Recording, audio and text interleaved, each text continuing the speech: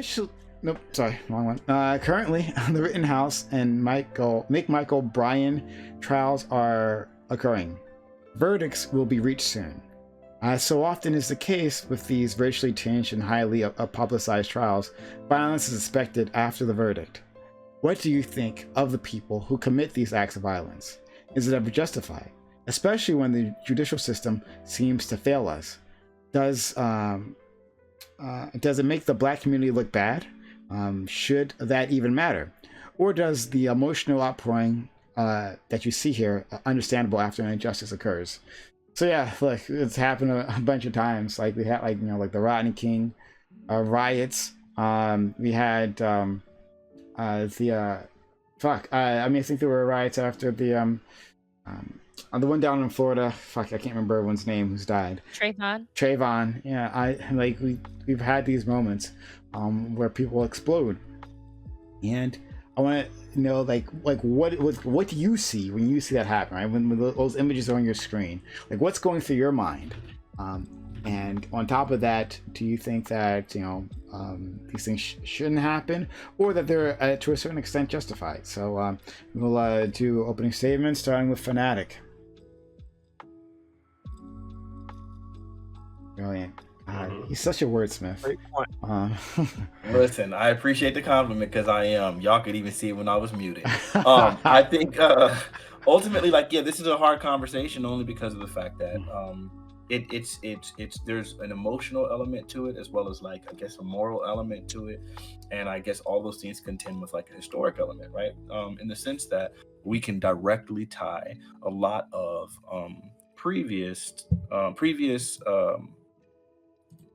civil rights action, positive momentum for African Americans. We can tie a lot of that stuff to some historic violence, and so it becomes problematic in the sense that I guess in effect, very often you recognize, or at least myself, I can just speak for myself. While I would never want to engage in violence directly myself, and I would probably never encourage others to engage in violence. There is a sense almost of hey, this is something that if we were to,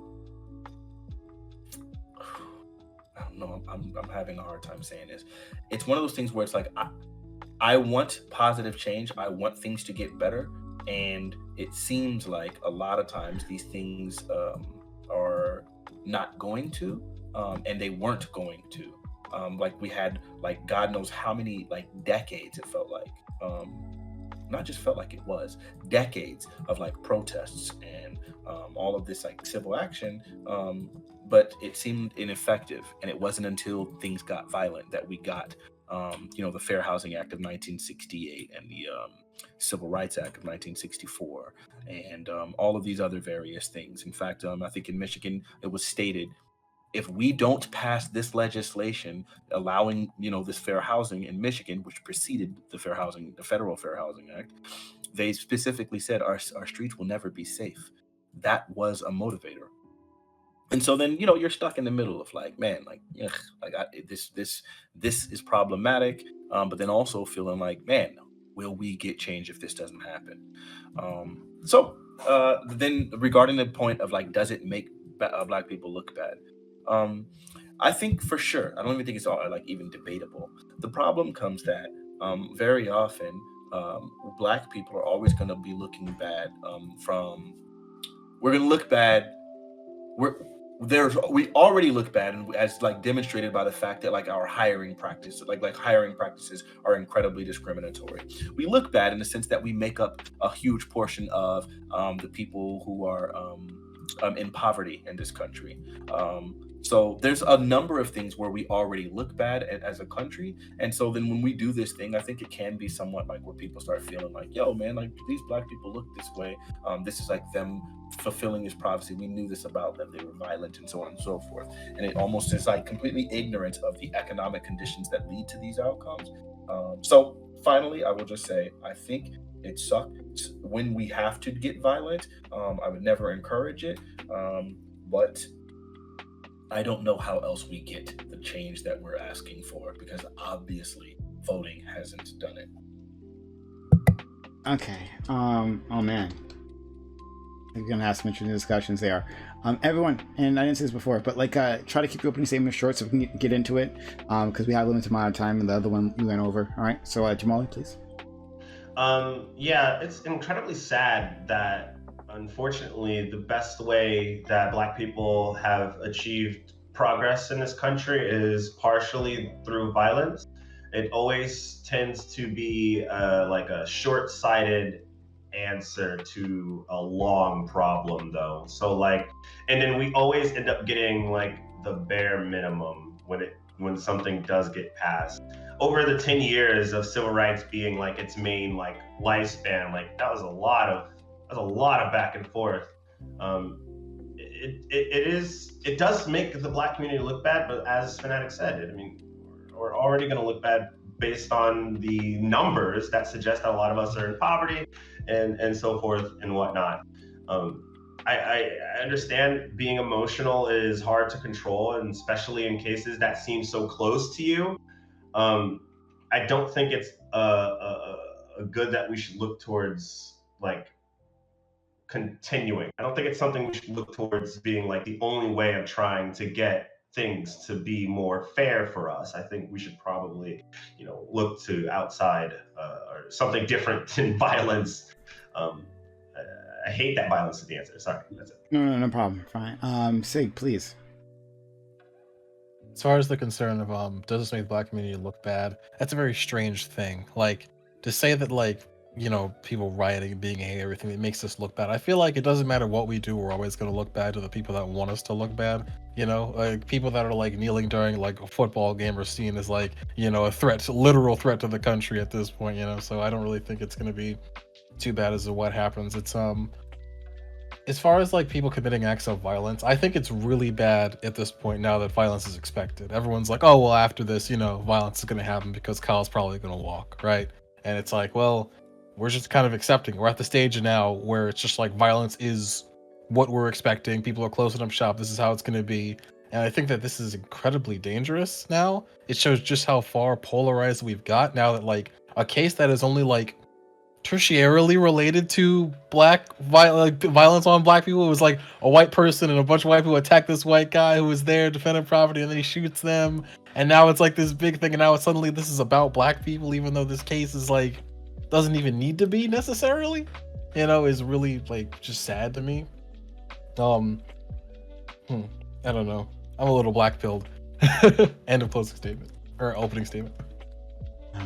Jake. Yeah, I agree a lot with Sig what you said, so I'll be very quick. I feel like the threshold for violence, for it to be justifiable, is very high. But yeah, it's also it's a hard thing because at some point, you've done the peaceful marches, we've done the sign holding, we're trying legislation, and people do respond to violence, unfortunately, in America, so action is usually taken then.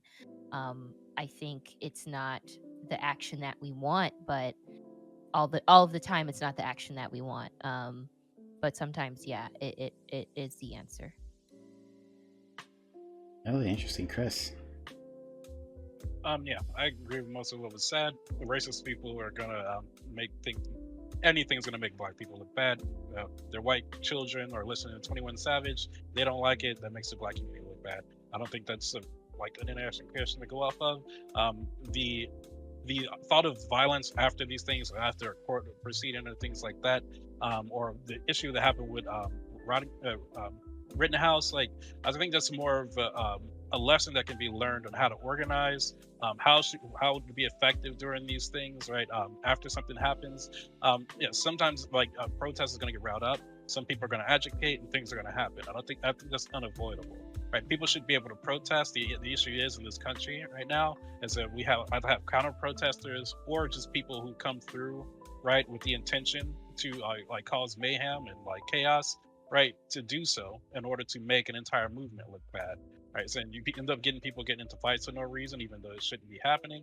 But it's just like it's a skewed perspective to look through. because each one of these instances where this has happened, it's not like these like peaceful protesters just start like, I'm gonna like just start tearing shit up, right? There's agitation that happens. There's like outside influence that comes in and pushes these things to go this far.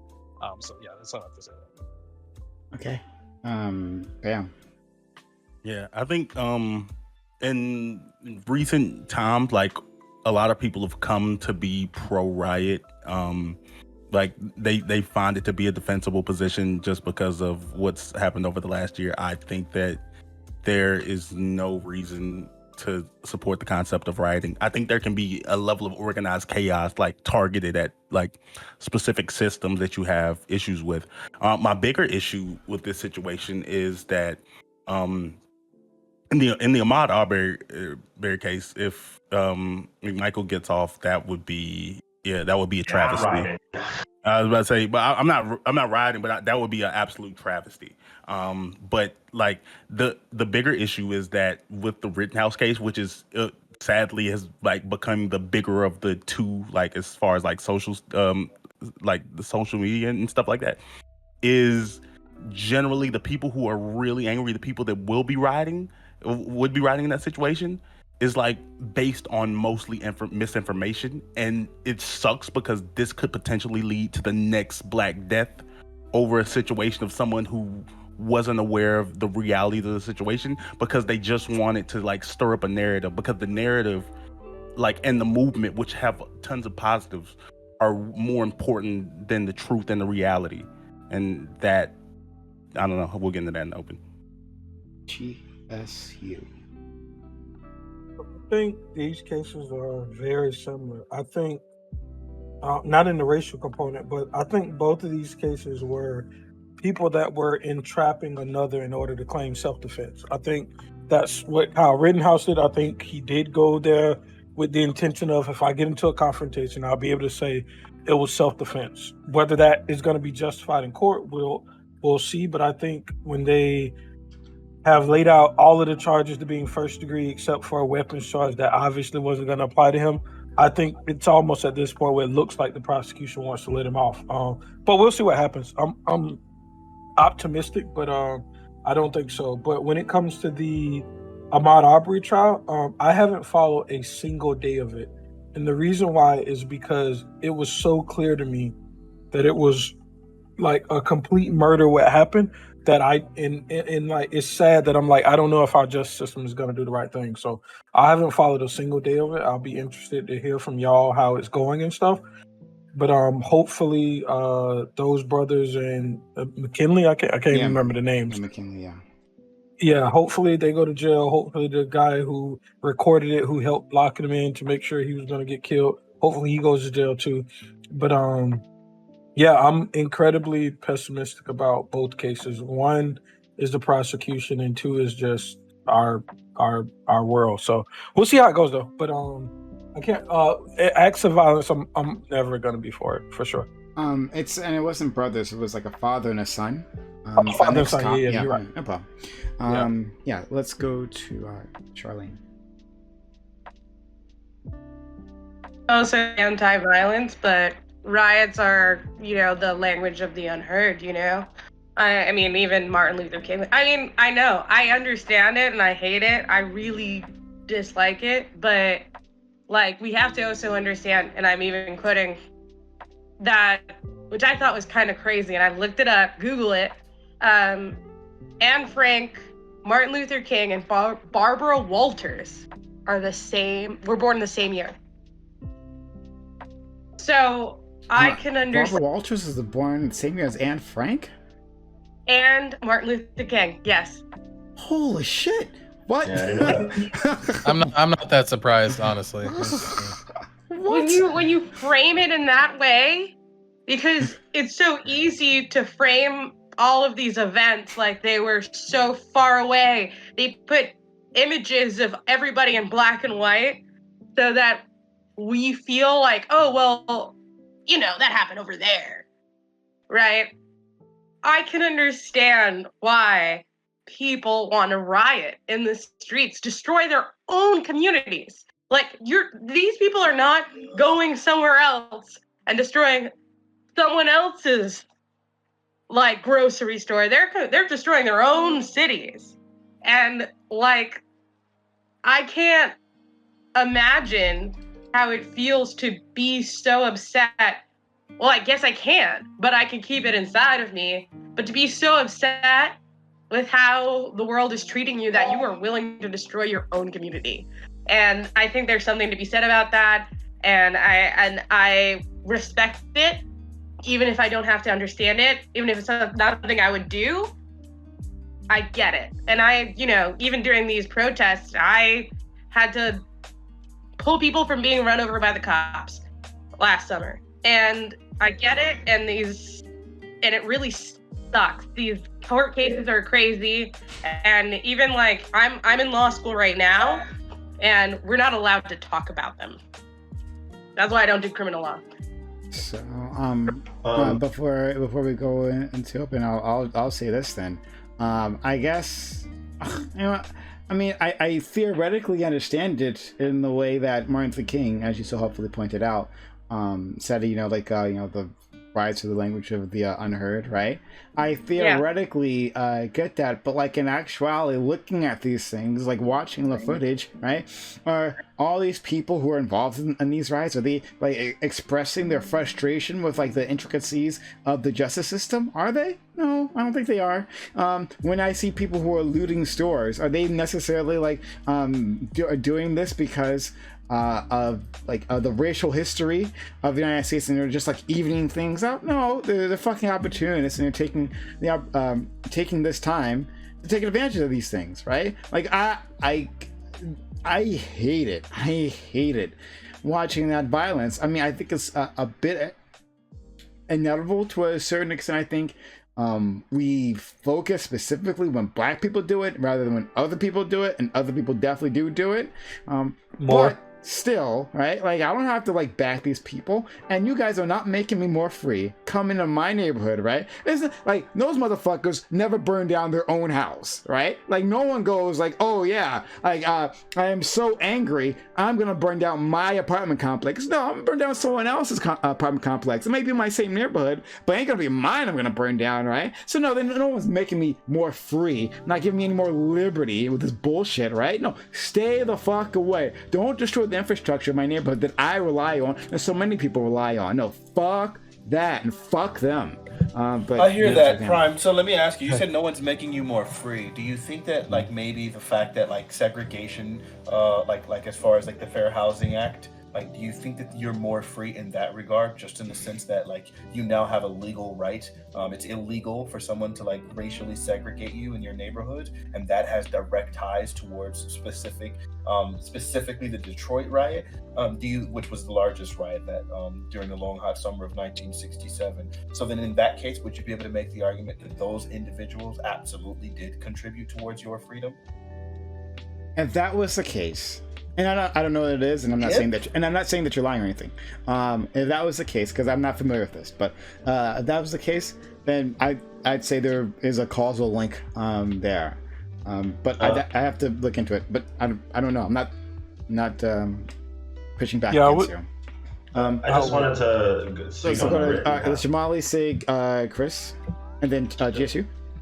I just want to speak on the Rittenhouse case. I mean, there's no evidence that suggests that he was there to hurt people. He was putting out things when shit was happening, and then when confronted with someone with a gun, he ran away to then be chased. And then once the person was within melee range of him, he shot him. And then that spiraled on to the rest of the event.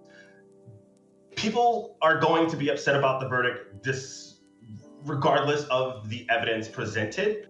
And that is just as bad as them being upset and burning shit down that had nothing to do with the institutions that wronged them. And yeah, either or, it's just as bad. Don't you think it's a little bit ridiculous, to say like people are just to automatically assume that people will be mad regardless? Like, aren't there there are plenty of people who will be mad because from following the case, they've come to the, I think, same like fair conclusion that this thing was ridiculous, right? Like that's That is a potential conclusion, like, that people can have. I think it's just as bad as, like, Bam earlier making the statement that, like, literally any person that's rioting as a result of this thing are people who were, like, caught on by misinformation. That's not true. That's like ridiculous as hell. Like, I'm willing to say it's going to be the far majority. I don't know. I was going to say, I'll down that hill. There are plenty of people that absolutely have all of the accurate misinformation and are following the trial and still have come to the conclusion that they don't think it is reasonable for him to be able to try to claim self-defense as a person. I don't have to relitigate the trial, but just like there are people that have that position. So no, you can't just automatically say. I would love to meet these people. I'm not saying the misinformation. You're talking to him, baby. You're talking to him. I got a question here. I just want to tell me that. I want to ask the whole. I want to ask just the whole panel. Okay. I know none of us here is like lawyers. None of us got a fucking law degree or nothing like that. But I'm just gonna ask. Wait, like, I might. Who here? Man, no, you don't. I was gonna say you a fucking streamer. You ain't got no fucking law degree. I was gonna say that. Who here actually believes that Kyle Rittenhouse is guilty of murder and should be charged as such? I think the court system isn't gonna find a way to do it, but I think he's definitely guilty. I think it's entrapment. Okay, and your I'm asking personal opinion. Personal opinion. You think that motherfucker should go to jail? You know, just like straight up. Okay, cool. Yeah. All right. I mean, I just gotta say, like, this is a take, but like, I disagree with all the information that I have. I do not in general. Like, I can believe that. I can totally believe that. Okay, here's what I think he's guilty of. I think he's guilty of crossing state lines, illegally having a firearm, doing all that bullshit. The kid was definitely looking for fucking trouble. Okay, all of that shit. It was past curfew. All this shit is true. All this shit is true. Wait, he didn't cross state lines with the gun. The gun was in the state. It wasn't even owned by him. He did cross state lines with the gun. Can we not make this like a debate on the intricacies of this? Like, of the case itself? Yeah, sure. My mistake. No, Jamali. If I'm wrong about that, that's totally fine. I'm just saying he's guilty of a lot of shit. Clearly was looking for trouble. Generally, all that stuff. That's generally my point here. All right. But the whole idea that he's like guilty of murder here, right? After seeing that he video, was ambushed and he rightfully. Can I say something that I feel like a lot of people don't know about him? So I'm from I used to live in like Dublin, Ohio, which has like a lot of money and is like really white. And one of my friends went with his family. He's from a predominant, like, political rich family. He knew what he like, well known for being terrible people. We already know awful human beings. I know he like it really just fits the profile. Like, it really does. Like, he comes from some nasty. What are we talking about? His family. Yeah, we're talking about the moment in which he's being tried. Because I think that he went out there to kill somebody. He didn't like. We don't think that he didn't. Wait, y'all are doing the Charlene with the judge. That's why I don't go into criminal law. That's why I'm not doing criminal law. Wait. Y'all are literally doing the Charlene with the judge did. You're saying the reasons that could have made him arrive there are irrelevant. That's weird. I'm not saying that. I'm just saying that I think. Like, no. I'm not saying you're saying that, Charlene. I'm saying that's their argument. My own personal opinion is I don't think well of him, and that's okay. Like, I can have that for my own self, but that's Charlene, okay. Charlene, I think you misunderstood me.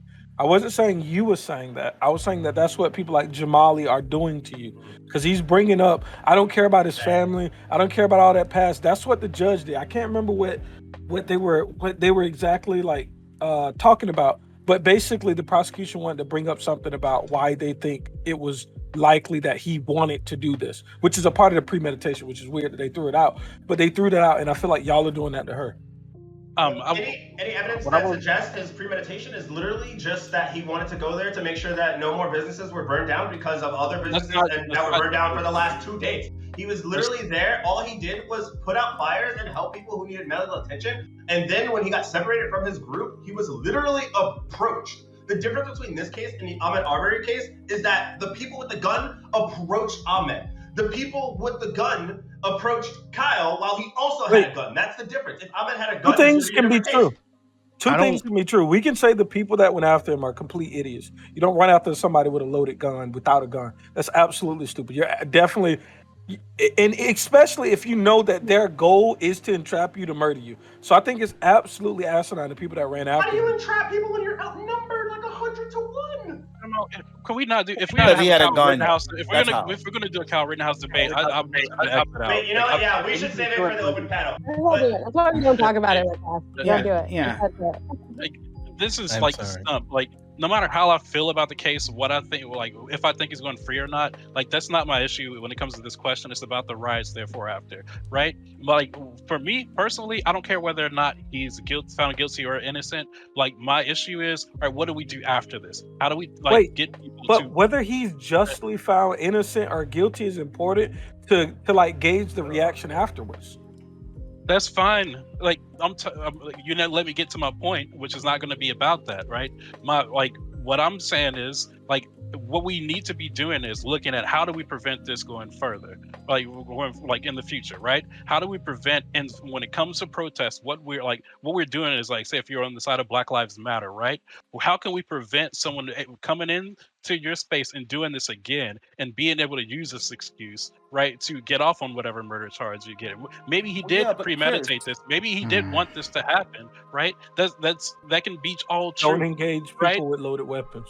Chris, the problem is, how do we prevent something? You're saying, how do we prevent this from happening again? And it depends on what this is. So like almost like in order for us to understand what sort of ramifications or ways of preventing this would be to determine if this is bad. If this is bad, then this needs to be prevented. If this is not bad, then there's no reason to prevent this. No, so that's that's not how kind this of like works. an integral point of that. Like, No, that's exactly how this works. What our steps? I'm sorry. Let me finish. Let me just finish really quickly. Let me finish really. Let me finish real quick, and then you can tell me if what I'm saying is wrong. If we're going to try to take measures to prevent like what Kyle Rittenhouse did, then and the subsequent like violence or riot or anything that could happen as a result of like the thing, then it really does matter if it's founded, right? Would you disagree with that or not? Either way, there's going to be people upset. If he's found innocent, if he's found guilty, there's going to be people upset who might actually cause some violent things to happen. That's not a response to what I just said. I don't care because that's not what I was going to so you're not actually engaging? engaging? Okay. All right. Whenever you finish, then I'll just go ahead and ignore you and then move on, and I'll restate what I'm saying. Okay, good. Thank you. All right. So what I was going into, right, is how do we take these situations, right? If we assume that all these people who are coming to counter protest against BLM, they're coming in with weapons, right? They have these thoughts and these opinions. If this is what we know their intentions to be, how do we combat against that? How do we do so into a way where they can't get away with this in the future? So this How do we organize? You're using words like "get away with." Again, you're assigning a level of guilt. I already said I don't believe. No, I Chris, already made the description that I Chris, think I he's got you. innocent. So like that's irrelevant. Chris, I got you. When Sig asked, right, I already said I don't think he's going to go to jail. I don't think he should because of the situation going down. But I still think he was wrong. I still think he's an idiot. I still think his views are repulsive, right? So I can hold those things to be true and still think he's going to be innocent. But I don't think if we organize the correct way, if we did things correctly, then this we could prevent this. We can prevent them from being able to use this excuse. If we if Rosenbaum, what he did, right, what the other individuals did in that part, right, that's not how you should have engaged in that situation.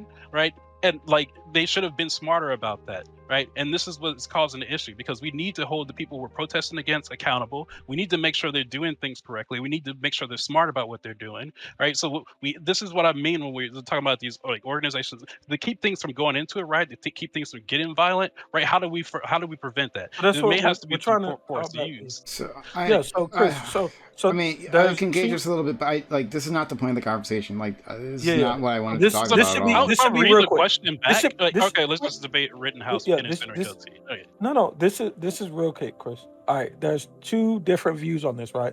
There are people that are looking at this as there's a guy that went in there with a gun in order to commit a murder and use the situation as entrapment. There are other people that say, hey, you should be able to go there with your show of force, right? And those are the two things. And your argument is, what should we do in light of that, right?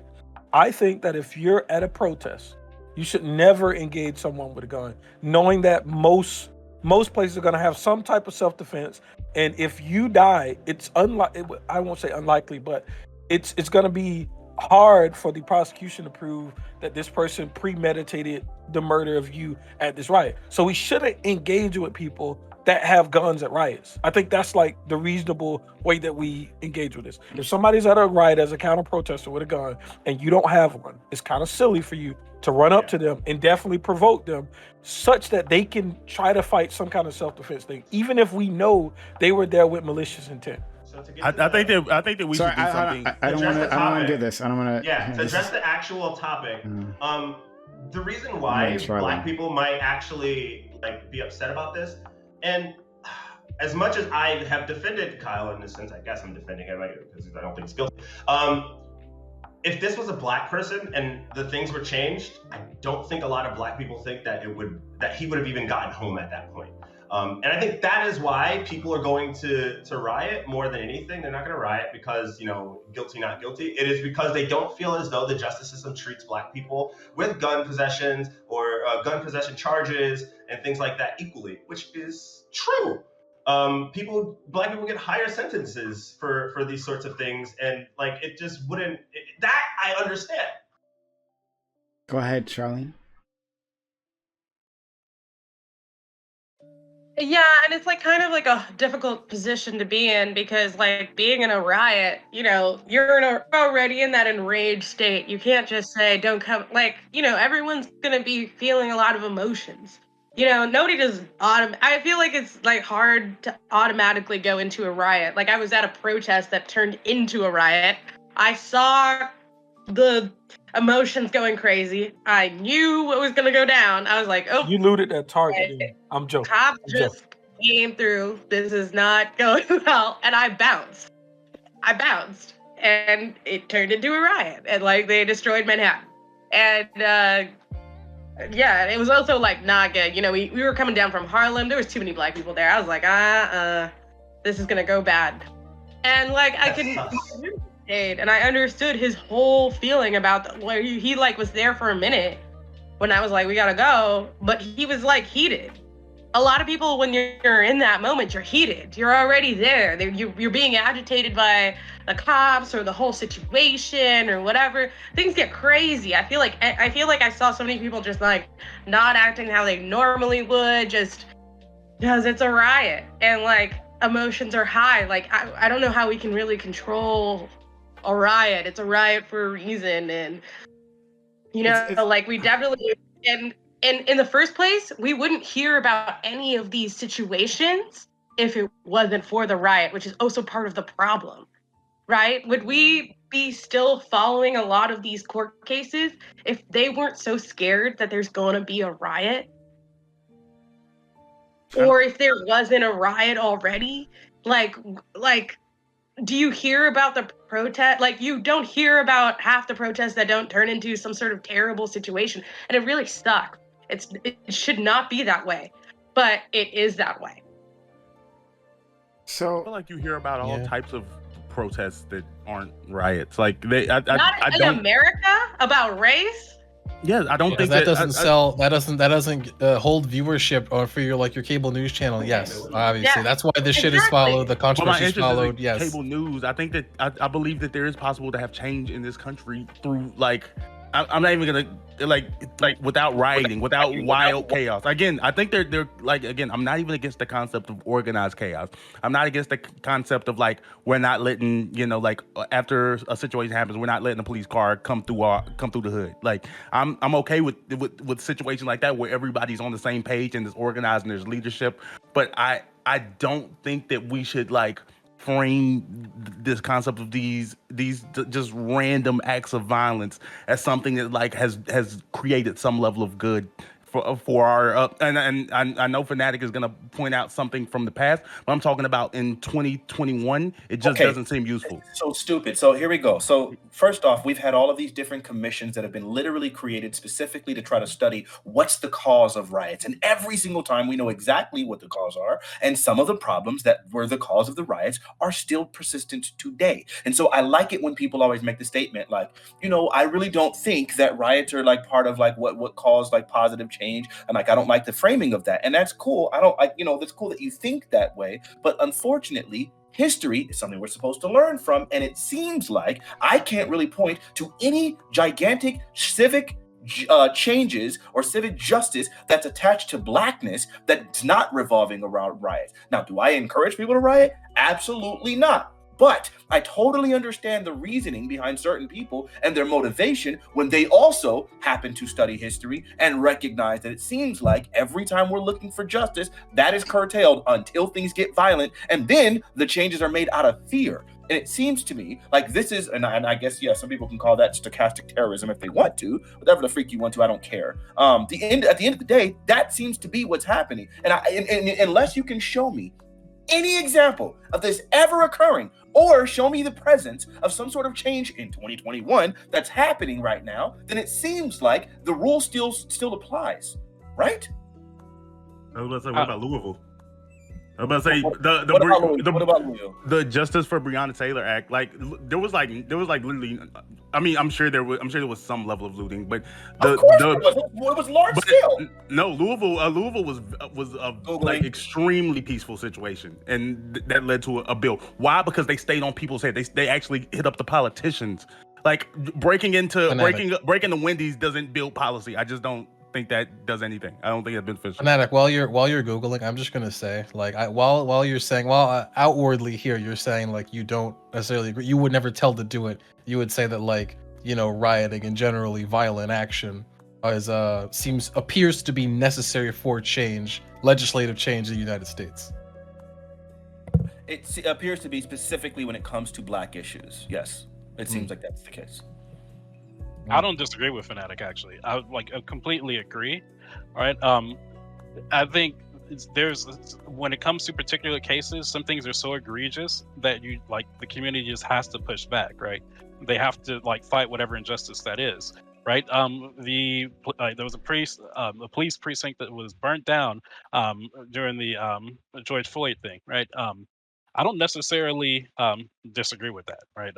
They were going against specific actors in this case, right? They were targeting someone where the injustice was coming from, and they weren't burning down communities, right? They weren't burning down their own homes or things like that, their own businesses. They targeted a place, and that's what, because they had a specific statement to make. I don't necessarily disagree with that when it comes to especially state actors who are oppressing individuals. I think these things should be organized. Bam made the statement, organized chaos. That can definitely be used. I definitely agree with that. I just think in ways we can be better at these organized protests, right? And in the case, right, if there needs to be pushback, we can do those in smart ways. And when I say in smart ways, we can do those in ways that keep the outside agitators from using these things against us. And maybe not in all cases, not 100%, right? There's some things that are unavoidable, but we can just look at these things and learn a lesson from them and see how we can do them better and what more we can do to increase our odds of getting things passed or done that we need to get done. Yeah. So let's look at Rittenhouse. Let's just look at this Rittenhouse scenario here. Let's assume that the kid walks, right? Let's assume that he goes off scot-free. No murder, nothing like that. Do you think that rioting would be just an understandable reaction to that? Rioting would be something where it's I get it. Why they would riot, why people would commit violence out of something like this. I was going to say that, Sig, and I'm going to answer first, and I'm going to say, yes, it would be understandable. It would be understandable because of the definition that everyone gave to what would be a justified riot. And like what Fanatic was saying, and I completely agree. Yes, not everyone. Most people. What Fanatic was saying, violence can be a tool used to used to get political power or used to get political equity in our society today. So go ahead. I don't know. Oh, no, go ahead. No, you go. No, you go. No, all right. So I don't. No, you go. I don't necessarily think these things can be justified. I can't agree with Fanatic's point that it seems like in the past these things have caused change, but there's also the reality that a lot of people live in communities with no opportunity because all possible industry is left because of the riots and because of the fallout of that. So it is true that there are isolated incidents where this caused some kind of progress in legislation, but the amount of lives that are left like in like bad conditions for generations is also like a stack of bodies on the other side. So yeah, no, it's hard. I don't know how to necessarily process it. I don't like going down the path of trying to justify violence. I do think that there's a difference between burning down, let's say, a state building versus private property or blah blah blah. But I don't even like even moralizing some of this stuff. But I do agree that America has a complex history, and it does seem like these things incite change. But I in no way want to come off that I think that it's justifiable to commit those actions. Sure, I think just really quickly, when we're talking about like justifying and things like that, I think that's almost like an elementary or a rudimentary way of looking at things. It's one of those situations where it's like you can look at someone who maybe I don't know, you find out that there's some kid bullying there's a kid bullying his little brother, right? You got a 15-year-old kid and there's some 13-year-old kid bullying his little brother in school, and the 15-year-old kid discovers it and then decides and beats the brakes off of that whatever kid, and it's like, yo, you're gonna not bully my little brother anymore. I would never encourage anyone to do that. I don't really believe in violence like that, but you can easily understand why that sort of thing is happening. I would think and that's justified. Well, that's crazy. I'm not going to justify vigilantism in any case or any capacity, and I think that's one of my major problems with the Kyle Rittenhouse situation. So with that being said, I don't think that it's ever going to be justified. And so even though I don't think it's justified, it's very easy for me to understand why something is happening. Now, I would never encourage a kid. If I have like a nephew or something, I probably wouldn't encourage it. I would probably go out of my way to pursue the proper channels to make sure that this situation is handled. But I understand ultimately why these things can happen, and I think that's what we're running into, where right now we see, hey, this is a problem and it's happening, and it seems like all of these people who are like experiencing these things and feel hopeless because of our incessant like calling for change. And it seems like it's a slap in the face every time when we recognize we're the largest majority of like recipients of violence and hate crimes in this country. Even if we control for like violent for hate crimes for violence that's happening to us, not from Black people, even if we control for that, we're still the largest recipient of interracial violence. And so if we're the largest recipient of this, yet you go and you start saying, well, we're going to do an anti-Asian violent bill, then you decide we're going to do an anti-Native American violent bill, and you keep doing these things where you want to make these bills to address violence against the people who are not the majority recipient of the violence. It is normalizing that violence against us. And so when we're constantly running into these kinds of situations, I understand other people don't have my moral framework. And you guys constantly will hear me say things where it's like, okay, like I have my set of beliefs, my Christian set of beliefs, but I also recognize like I can't be a person that's like imputing these beliefs onto everyone else, right? Like that's everyone else has their own way to live. In the same sense, when it comes to even like the violence and stuff like that, I would never recommend that, but I understand other people aren't going to have my same moral framework, and some people are disenfranchised enough and despondent with the Democratic Party such that they feel like, yeah, there is no hope, because we say all you need to do is vote. That's what so many people will say. It's just vote, just vote, just vote. But then you look at how much we voted, and then you see we have a Democratic House, we have a Democratic, or at least a tiebreaker Senate, where the Democrat have get to do the tiebreaker. We have a Democratic president, so we have all of these things, right? So at the very most of this stuff should be streamlined, but we're still seeing almost no progress for Black people whatsoever. I can understand why people would start feeling like these things are problematic. And if these Ahmaud Arbery people get off in this situation, it'll be yet another example of how there is no justice. And I don't understand what people expect people to do in light of no justice. I genuinely don't know. Get a gun and defend yourself. I don't know. Like, the Ahmaud Arbery case is absolutely insane if they get off. Like, it makes no sense. But the difference between the vigilantism here in Kenosha is that there's no one protecting people's businesses from being burned to the ground. the police aren't there, they're able to because of the amount of people there. So if individual citizens who are a part of that community want to go and make sure that their business or the businesses surrounding their community aren't necessarily torched to the ground, I don't think that's necessarily a bad thing. Yeah, and I just want to explain something because I feel like I didn't really have time to fully flesh out my ideas there. What I was talking about when I look at people versus people aggression or violence different than like system versus people. So I think if you're a kid and there's somebody bullying you, I think you like going against that kid after there's been like repeated behavior and nothing else happening, I think you're going against that kid is absolutely justified. I 100% defend self-defense, period.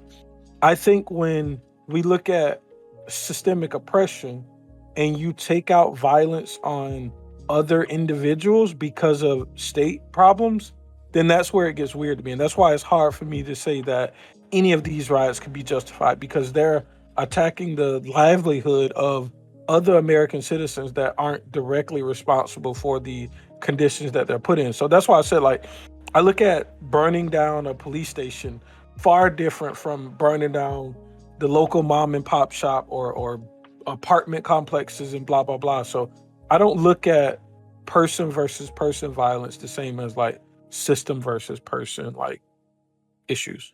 Just to be sure, is there anyone in this panel that's like trying to justify violence or saying that these things are like okay or good? Is there anyone? I think Jay Cook said if they rioted after this Kyle Rittenhouse situation, if he was proven innocent, she would think it's morally justified for them to riot, right? I didn't say morally justified, but I said it is justified from a... I said it is justified. I didn't define. Yeah, so that's what I was. I do agree with your conscription about system versus person violence, though. I'm more interested. What do you mean by that? Like what? Like you're saying? Yeah, I took that as morally justified. What does that mean? You would take it like you're saying as a political. I said as a political tool. It's you should do it. But you should do. Oh wait, hold on. Just because you're publicly speaking on Twitch, and I don't want to. Yeah, I'm an anarchist now. No, I said it can be. I don't remember what I said, you guys. I did say like political tool. I don't know if I said you can or you should, but I said something around the lines between. We're in a risky place. Right. I'm more interested. I was gonna say I'm more interested not in this whole like moral justification. I really feel like that's just like a bit of a trap here. I'm more interested in the necessary take, that it's necessary, right? In the political sense. Like necessary, and that's something that I feel like that's something that makes me a lot more interested here. That sort of idea that's just like, I mean, Fanatic, he's just saying that like it seems like, not that he's endorsing and saying you should, but he's saying that it seems like that's what it takes politically to get stuff done for Black people, right? And I'm trying to think of a lot of cases into which like this is the case, which is not the case and everything. I think last time we spoke about this, I brought up the one thing and you got really mad about it, but it was the one thing that oh god, the little piece of legislation that passed like 10 years ago or something. Or something. Prime seems to remember. Right, but keep going, please. Yeah. Keep going. I increasingly seem to think that like maybe that's like it seems to feel like that's the truth, but that's extremely scary, right? Isn't it? This idea that like if we need to help ourselves and we need to get help for this, for us to get the attention that we need, violence seems to need to happen and everything. Like talking really can't do it. Like kneeling during the national anthem won't really do anything except get more ire, right? Yeah, fuck it. We just buy a bunch of land in the middle of the country, call it Wakanda. That's it. Here's my problem. No, Charlene, you go first. I was gonna say like it's scary times, and like as I'm saying, like that we hear about all of these like black people dying because their parents are doing something, and we hear about it way later, and then the riots happen or something really violent and like eruptive happens. We see the video and everyone reacts really emotionally, and then it becomes a thing, And also what you were saying before, Bam, 127 people were arrested in Louisville for Louisville for rioting. So yes, Breonna Taylor, yes, there was rioting. 127 people got like it's on. People being arrested isn't the same thing. And again, there was like targeted. They attacked like the police precinct. I was about to say the city itself wasn't in shambles. It was like 124 hour. We have in downtown Louisville after protests, looting, and 127 riots. 127 on 100. Like you can do a completely peaceful protest. Like they were sitting in front of the police right there on their own website. Like you're saying, arrests are proofs of riots. That's not the same thing at all. There's a lot, and it. Wait, seven people were shot, Bam, on the very first day. 7 people. It was only one day. Wait, what? That's a violent day, bro. Yeah, 7 people shot. I never said that. I never said that. I never said it was non-violent. I said that the situation was overwhelmingly peaceful, which any article you look at will say that. Oh, what is overwhelmingly Maybe that's peaceful? true. There's 7 deaths. No deaths. 7 people were shot. Oh, that's still bad. That happens on 4 of those are regular nights. At my Thanksgiving dinner, my grandma, my uncle, my niece all got shot. But overall, it was pretty cool. There's literally a whole timeline that says there's 30 I know days what of Bam's talking about. Like when the peaceful protest was happening, and like it was happening for a large amount of time, and it was very peaceful. When it got violent, though, it did get violent. Yeah. So I agree that there were a large part of that was peaceful. They were trying to be. Things like escalate as you get further into like what the night comes, right? It was the verdict. The problem is not only that, but I feel as though, like, for me, I don't know, when I was protesting, and every time I tried to protest for Black Lives Matter, the cops really far. Like, there's a lot of videos of cops taking it really far. And then, like, I usually bounce because I start getting agitated. But other people who are staying are gonna get agitated. And they know that half the time. So, of course, people are gonna start rioting. Like, people were, like, had a police chief just following us, just being like, like, ready for it. So, yeah, I can't imagine what it's like in the Midwest. Well, I've heard so many stories from my friends and doing all those types of stuff. Like, I can't imagine. I really can't imagine. I am not a violent person, not even a little bit. And I can't imagine if somebody who has any type of temper to be going through that. Of course, those things are happening. Like, it's so much. There's so much emotions during those periods of time. It sucks. Wish that we could just have peaceful protests all the time, just like in Korea, where you have like the 1 million people in a protest and it would be fine. But America's kind of not that way. The problem is, again, we're not like these agitations are going to happen. It's about how do you respond when those agitations come, which what I want us to get better at, right? You see Hong Kong protests; they're never like these usually peaceful things, right? They are pushing back hard and they're organized about it, right?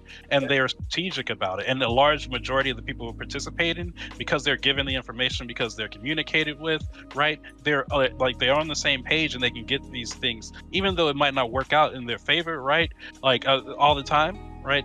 They're still doing it in a way where I think is justifiable for them to do. They're given a large amount of pushback. They're fighting against the state. They're pushing back against the state.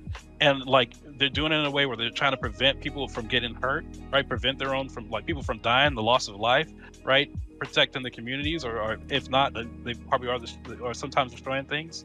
Like that's fine. It's just when it comes to what's happening here, what happened with BLM, a large amount of protests were peaceful. That's incredibly true.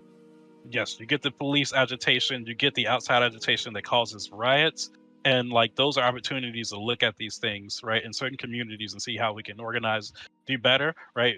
How we can level up on the next go around, because we're not going to stop doing this.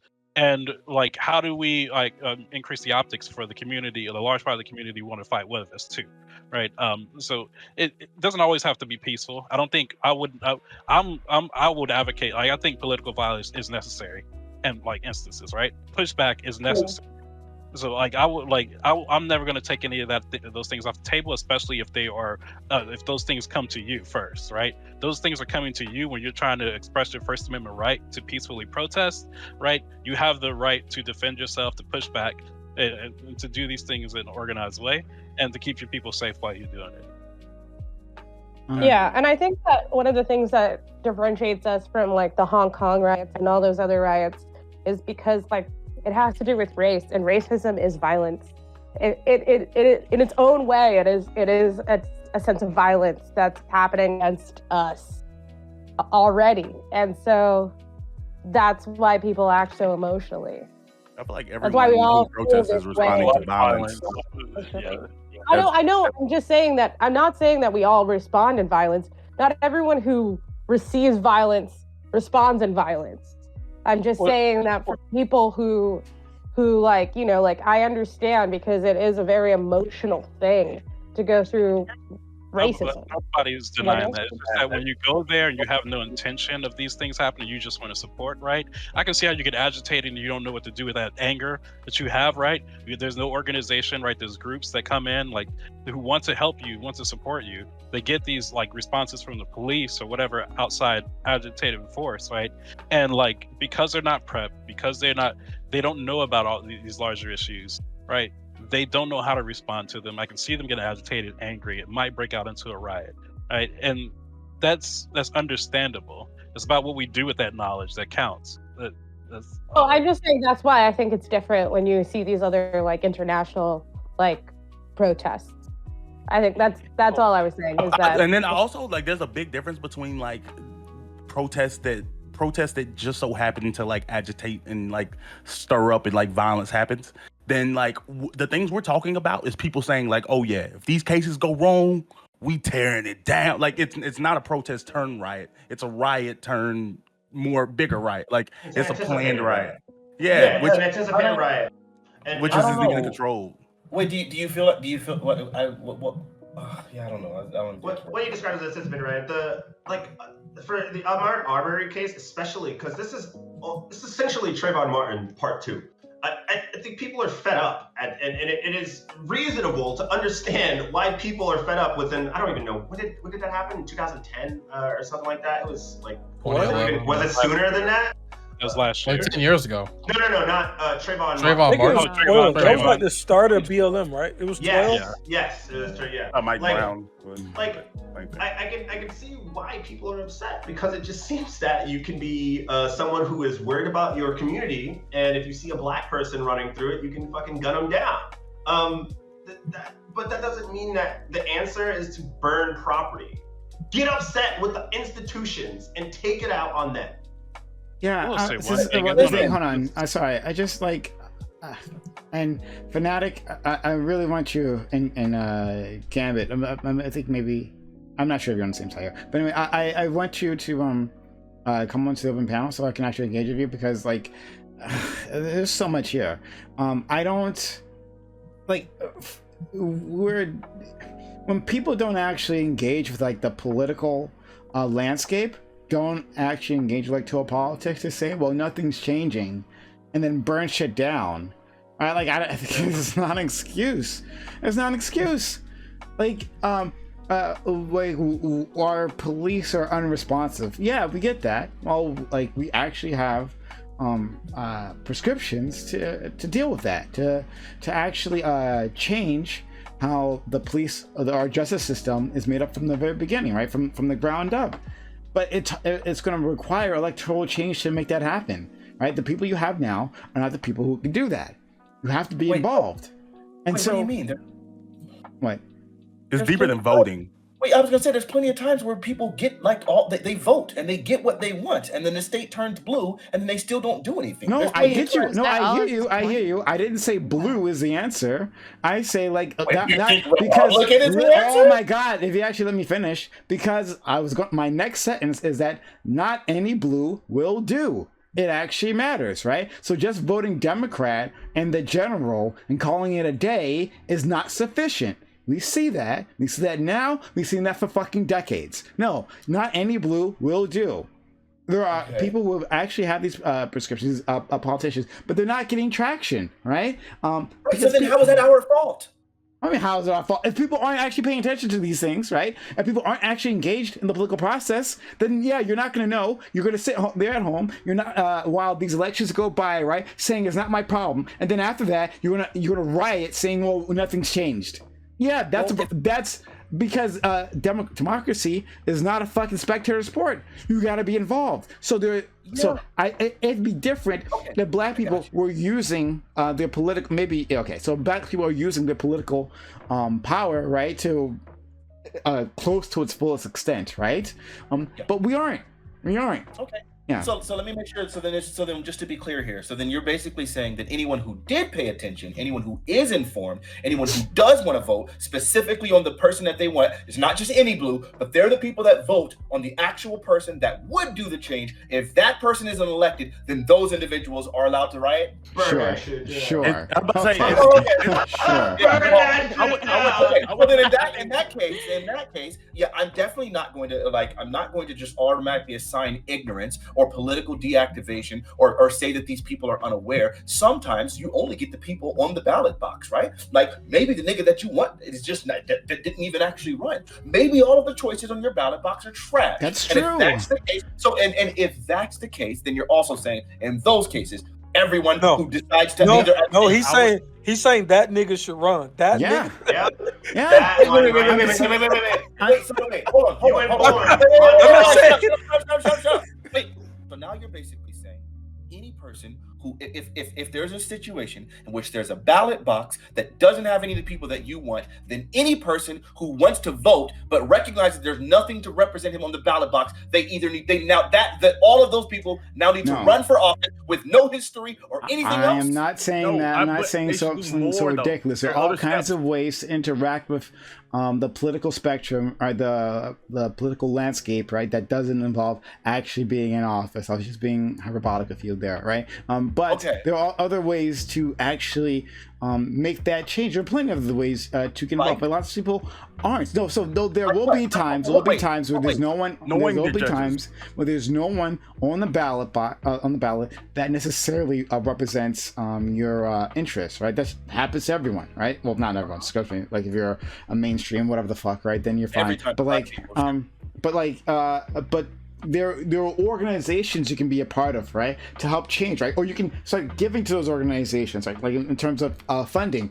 We can come up with a whole list. We just come up with literally a whole list of how we can be involved with the political process, right? And how we can pay attention to these things and make sure and hold people accountable, right? So if you did send a blue, right? If you did send a fucking Biden to office, right? Because we have to play it safe, right? And then Biden isn't actually being responsive to these things, right? Like you said before about the anti-Asian violence bill, right? Like, where's the anti-black violence bill? Like, yeah, sure, right? When that happens and when you send another failure of a Democrat to office, well, okay, great. Hold them accountable in the next election, right?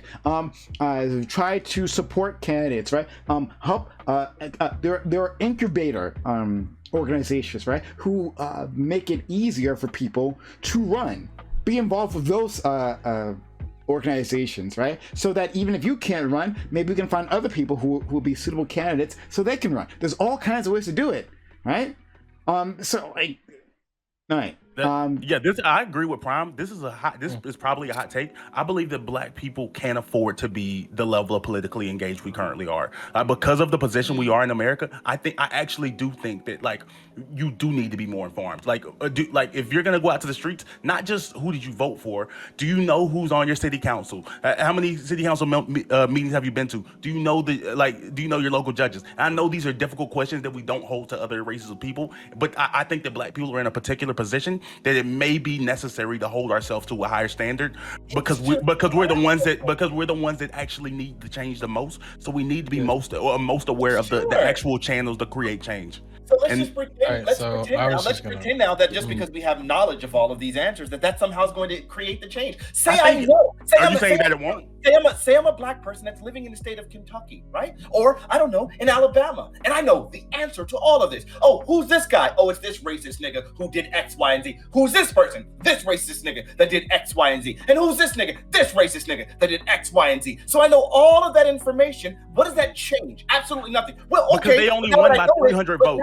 But now that I know it, okay, unless you can show me the numbers for that, that's not always the case. So now that I know those numbers, set aside, okay, well, I'll vote against those people. But we happen to be the minority in this country. We only make up 13%. So maybe we get all together and decide we're going to vote this way. And they're still the majority because these people have these conservative and Republican views. These people all vote against us. So now we've already done all of the activation that we need to, and it doesn't work. How many times historically have we been in the example or in the experience? How many? Well, in the state of California, we did actually be incredibly mobilized. We did start actually legislating. That was probably the biggest change that's directly tied towards all of the political activation caused by the LA riots over Rodney King. That actually happened. California has been blue irrevocably ever since. Has it actually mitigated the circumstances that led to the riots? No. We got consent decrees that did absolutely nothing. We got all of this, like, we got streets named after us, Martin Luther King Boulevard here, all of that. What did it do? We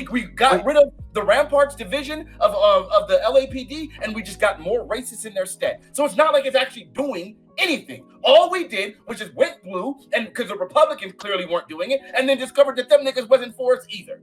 I don't know what the freak you're talking about. But so Fanatic, I know you don't, but you don't know your history. So I agree. This nigga talking about California.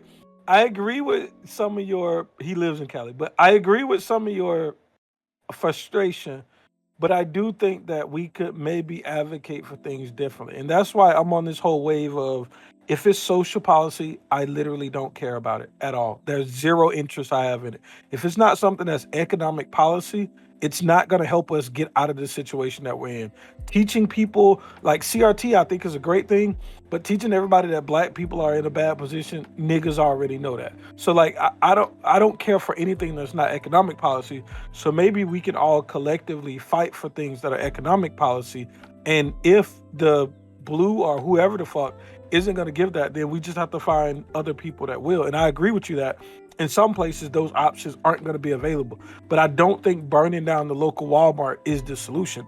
Like, I agree that there's going to be frustration either way, but I don't see how in most cases that's going to, like, maybe if we did a fucking World Day, and I'm not advocating for this, I'm being hyperbolic to make the point, but maybe if we did a World Burning Day, maybe some shit would happen. But these isolated events in different communities are just going to leave the black people there impoverished eternally. Things will not change. People are going to believe that things are not going to change until there are literal black militias roaming the streets, making sure that their communities are safe, and that is the worst outcome. Oh, we did Let's that. go to Sig hasn't had a chance to speak. And we're heading into bonus time right now, right? So like we're like, you know, past the end here. If someone needs to leave, then let me know, right? If you got, I mean, or just you can just leave too, one or the other. But yeah, go ahead, continue, Sig, please.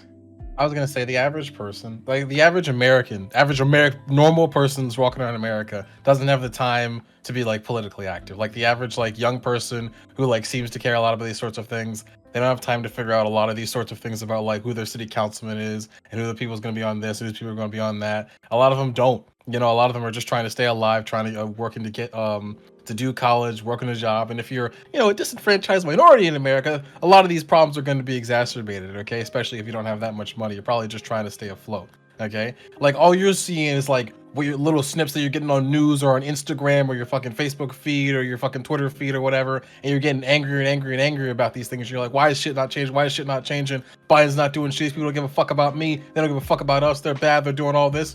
And then when, you know, something like, I don't know, Kyle Rittenhouse going off or something like that, you decide to go out and break some shit because you're fucking angry, okay? I feel like that's like what's really like typically happening right now. I don't think that like this normal person, you know, this problem's gonna be solved by like, oh yeah, we're gonna get this person to like, you know, learn how to go to the councilman. This guy's gonna run for office and this guy's gonna try to do the things.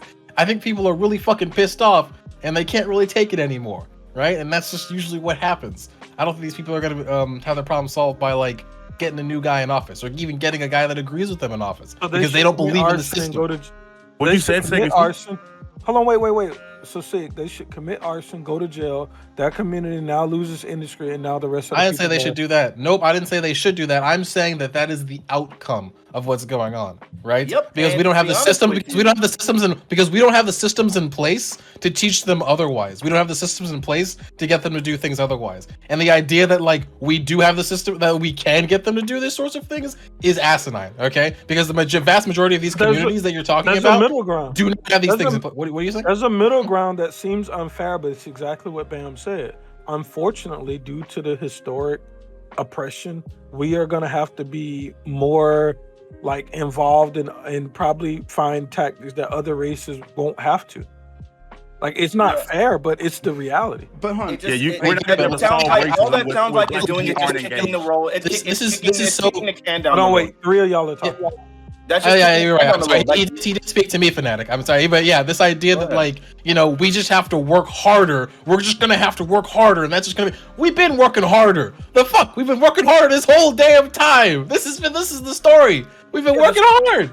Right, and all you're doing is just kicking the can down the road. You're basically saying, well, listen, all we got to do now is just become more like, you know, work harder, and then as a result, the problem will fix itself. But the problem is that we've already seen historic examples in time in which Black people worked incredibly hard, and we got the political change that we got the people in office that we wanted, and there was like a much higher political activation, and it still resulted in nothing. Let's not forget that the Republican Party. I don't know why I'm hearing myself right now. The Republican Party completely abandoned us, right? One of the things directly tied to the party shifts that happened in this country was Black people who had a Republican.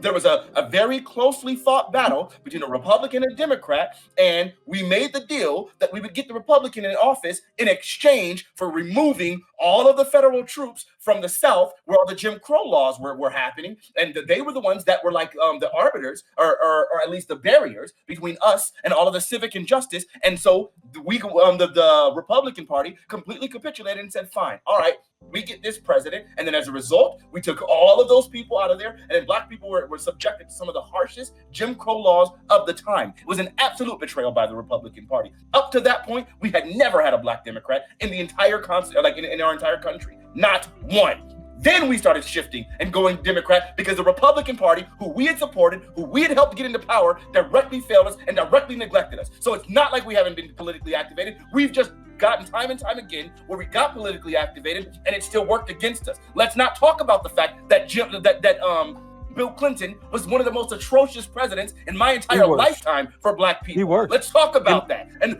he's the worst president since slavery. And I don't know about that. Reagan was atrocious too. For sure. But we could have easily gotten the other guy in office. What would that have solved? So let's not talk about, we just need to be more politically activated. When it comes to the presidency, very often you got two choices. And when I said the presidency. So good. The president is too high. So now we know that as far as the presidency is concerned, it seems like we don't have an option. That sounds like, considering that's the most powerful position in office, that should lead to some sort of political deactivation, when you know that the person who is the significant, most powerful person in the presidency is outside of our control, and definitely somebody that's working against us, and we don't have any power there. The fact that we believe he's a king, you're making this nigga a king, and this is what most people think. I didn't say he's a king. I'm sorry, I didn't say he's a king. Don't put words in my mouth. I said he's the most powerful person within our political system, and that's factual. You don't have to stretch my argument to some straw man. I never called him a king. I said specifically he is the most powerful, and that's accurate. Do you disagree with that? If not, then yeah, you don't disagree with what I'm talking about. But what you're saying and what people hear is that if we get a president in power, this person is a king, and now every problem is just supposed to fix itself. This is what the average citizen thinks of the system, and this is what I'm saying. I didn't say that, and I don't believe that. That's stupid. That's not my argument, so I don't care. I don't care what you're talking about then, because what I'm saying is absolutely correct. I don't need you to care what I'm talking about. I didn't say that. That's a straw man. No one said that here. We don't believe that. No one here is talking about that. So you're literally straw manning. in me. Because I don't care. I'm not talking about what Fanatic's saying. I'm talking about the average Okay, person. okay, good. So then if you're not engaging with me, I'm not engaging with you. I'm just all talking. that time, then you're not actually contributing to the conversation. I couldn't possibly contribute to the conversation. Next person, please. He's not engaging with literally everything I just said. No, I got you. So now that I said that, now that I said all that I said, I went ham. God knows how long, and you would derail the conversation with your straw man. How about you actually contribute to the conversation? I bet your mic covered in spit right now. I bet your mic's spitting. Okay. Wow. Damn. It's good. Hold on. I just want to say something. It's good when it's not me and I get to just listen to everybody get mad. I'm like, yeah. Let's go to Charlene, Jay, and then Chris. I would say Woodrow Wilson was worse than Clinton. Continue. I'm sorry. That was pretty crazy, but I agree. I mean, Black people have been lazy since slavery, right? Since we stopped being slaves, now we got to do extra. Why? Nobody said that. Engage in the things that were said. You're not engaging with me. You're not. I'm just sorry. I'm sorry. You didn't say that. But like, yeah, nobody said that we're lazy. I'm saying Black people have to do more. You have to work twice as hard for half as much. That's just reality. I mean, aren't you saying they're lazy? Sorry. No. We work twice as hard to do just the same, but at the same time, we're not even like half the population. We are literally 13% of this population. So even though we are okay. Come on. Like, remember like a couple years ago, everyone was like, oh, Black women votes. The Black women vote saves everybody. All like, are you kidding me? But that's not gonna like uplift us. But you don't. That's not because we vote for people like Joe Biden. Yeah, exactly. You don't need to be. But Charlene, you don't need to be half the population. You don't have to be. And that was my problem with Fanatic's argument. Is that like it says, well, we're not in the majority, so right? A focused minority moves mountains in this country, right? A minority that even just says no, right? It doesn't actually even put a prescription out there and just says fucking no. They get tailored. We can agree right? agree that different minorities have different interactions in America, and there are other minority groups that have white people that are part of them, and that's mostly why they get better policy than Black people. Yeah, better traction. For sure. All right. All right. Charlene, if you have anything else to say, and then we'll go to Jay and. Yeah, we're not the model minorities. We're really not, and like we can't do this alone. Like we can't. It would be really nice if we could, but we cannot like just expect us to uplift ourselves by ourselves in this country that, even though we built it, but we're a very specific population of people. Unless we're making our own communities here, we really can't. Like we could try, but like if that was true, then we would have solved all of our problems with Obama. And that's not true. I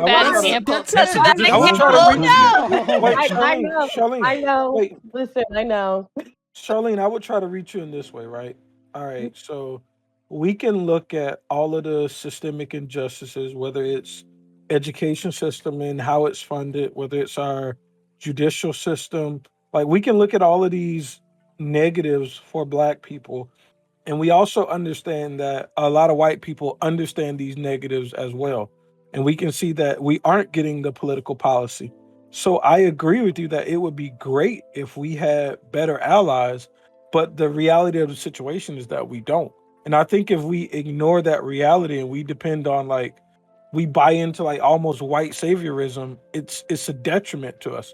So it does sound like it's victim blaming. It sounds absolutely atrocious, but we have to be the change that we want, and there's no other solution that I can think of that's going to happen in this country. No. And I'm not talking about work harder either. I'm not talking about I'm not talking about go out there and be a better working nigga. I'm not saying any of that. I'm saying that like just from a political level, like I'm not expecting perfection, but like there is absolutely room for improvement within on the totality of the Black community on what we know about our local politics, our state level politics, and even our national level level politics to a lesser degree. Like that a lot of people are more engaged in. I'm just saying that like we probably need to do more with that. Everyone on this panel is super engaged. Like these are all, I would trust all of y'all as black people to be on your stuff. I don't believe that the average person would sit up at whatever like time of night it is to engage with politics though. And because Sig said was true, the average person is just trying to get through their life, which I agree with.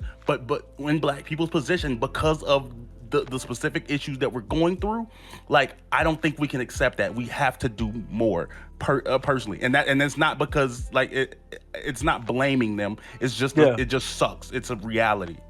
It's not saying that we're not doing a lot now. It's just unfortunately, even though we're tired and exhausted and lots of people working multiple jobs, blah blah. Even in spite of all of that, the reality of the situation requires more from us, no matter how unfair it is. Let's go to Jay and then Chris. I forgot originally what I had wanted to say. I had a thought a long time ago, but I want to push back on what you said Charlene was saying. I don't think she was saying that the only way is to have, and correct me if I'm wrong, Charlene. I didn't hear you say that the only way for us to succeed politically is to have allies, right? That's not what you were saying, right?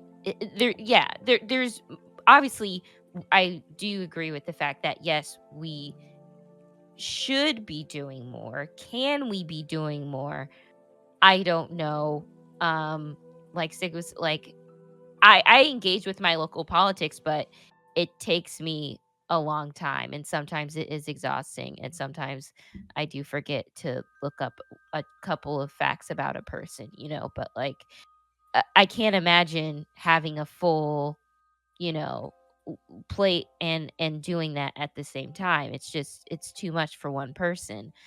Now, I don't know what the solution is, but I feel like,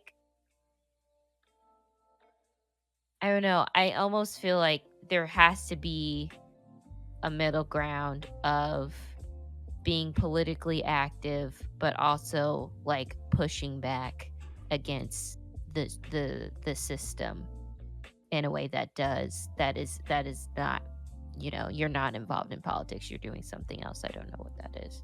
Let's go to Chris. I think what Prime brought up earlier was valid, about finding ways to get people engaged in the political system. Again, like not all the time is going to work, but I think we should be emphasizing like the voting, voting on our local smaller elections more so than the presidency.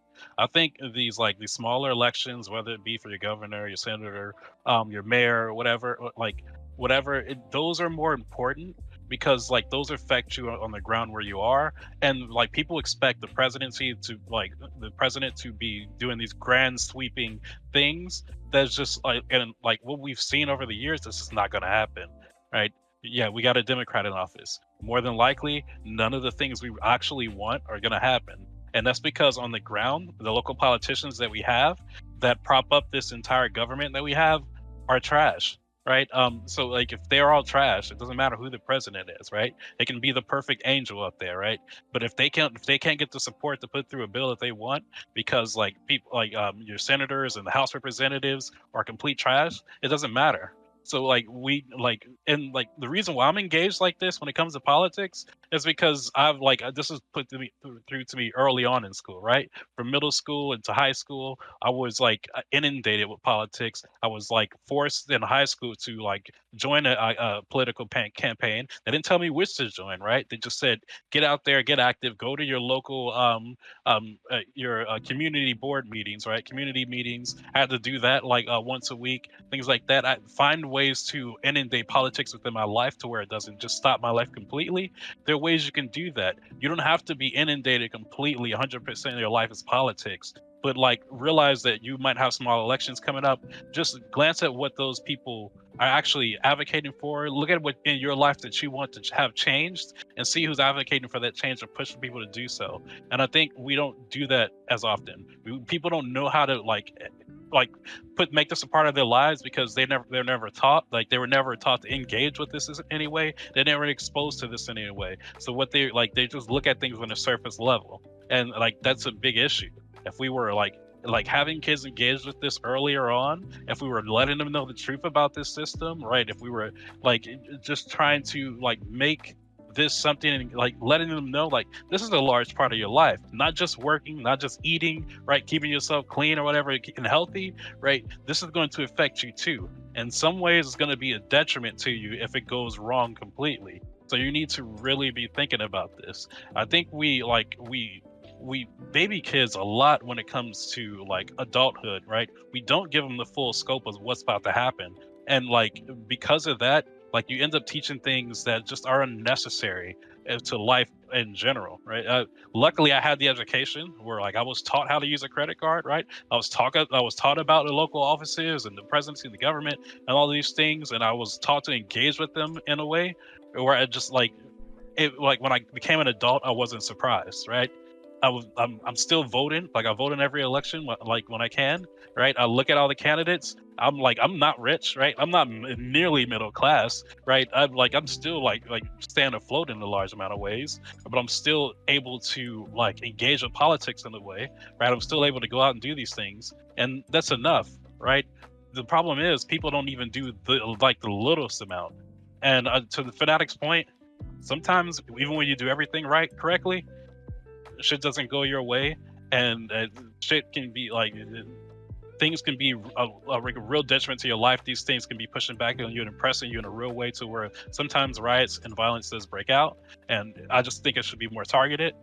But it's going to happen sometimes. People are going to get too frustrated, and sometimes that does work, because like when you see a community, right, really in agony, they're really pushing back, saying this is not something we want to be happening, and like you're doing this to us despite you knowing that.